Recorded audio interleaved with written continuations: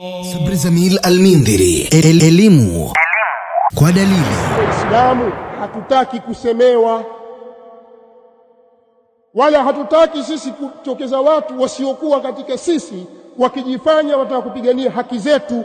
Tuwaulize, siku zote walikuwepo wapi wakati waislamu wakinyanyasika na wakiomba haki zao? Wao walikuwa wako wapi?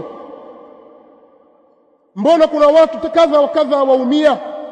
Haya yalipita katika tawala zilizopita, na mikutano ya hadhara ya siasa ikapigwa marufuku. Hatukuona matamko kutoka katika kanisa wala wapi. Hii inatupa tafsiri ya kuonyesha kwamba hapa pana udini, jambo ambalo sitaki kulizungumzia. Mimi nazungumza na waislamu wenzangu wawe madhubuti katika jambo hili, hasa vijana. Tusitekwe na fikra za watu wasiokuwa katika sisi, kwa sababu sisi tuna muongozo kutoka kwa mtume wetu Muhammad sallallahu alayhi wa alihi wasallam.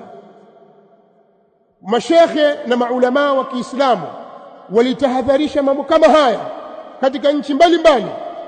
Ukiangalia kule Algeria, katika hii Afrika, ukiangalia Algeria na watu walipojazana maneno kwamba maisha yamekuwa magumu, tusikubali, lazima huyu atoke, watu wakafanya migomo, wakafanya na maandamano, wakaingia kwenye vita. Nchi za magharibi zachochea. Kadhalika Tunisia ilitokea hayo, kadhalika Libya ilitokea. Libya ni mfano mzuri kabisa. Libya ilikuwa katika neema na kilele cha maendeleo, hasa katika maisha ya kawaida ya watu, hasa katika upande wa maisha ya mujtamaa wa watu, jamii, miundo mbinu, barabara, maji, umeme, mawasiliano mbalimbali, huduma za kijamii kama hospitali, mashule. Walikuwa wamewekeza kwa kiasi kikubwa mno, bali kushinda baadhi ya nchi za Europe.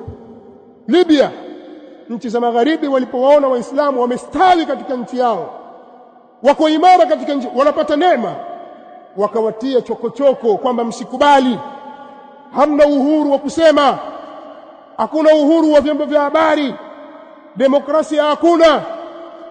Gaddafi tangu ameingia hataki kuachia kiti. Nini cha kufanya? Aondoke madarakani. Wakashawishiwa, wakawezeshwa, wakaingia barabarani. Nyinyi mnajua kilichotokea mwaka 2012. Ikapinduliwa serikali ya Gaddafi, wakamuua Gaddafi mbele za watu. Hebu niambieni, sikuikufuru neema ya Allah?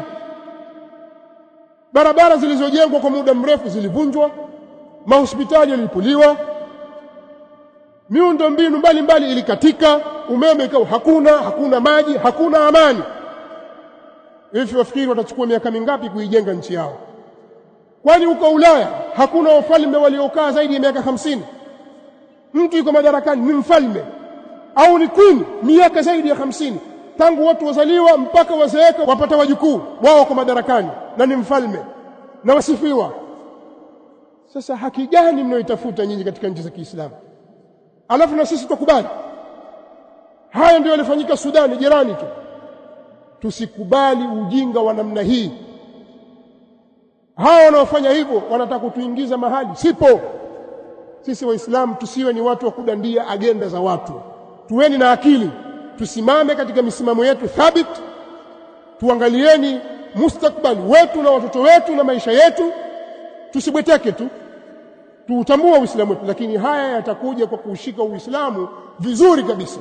Tusikubali mtu yoyote aichezee dini yetu, na hilo litakuja kwa sisi kujifundisha dini na kuwasimamia watoto wetu wasome dini na kuzisimamia madarisi zetu na kuzitazama vizuri madarisi zetu ambazo zinawafundisha watoto dini na kuyasimamia maadili ya Kiislamu na akhlaq za Mtume Muhammad sallallahu alaihi wa alihi wasallam.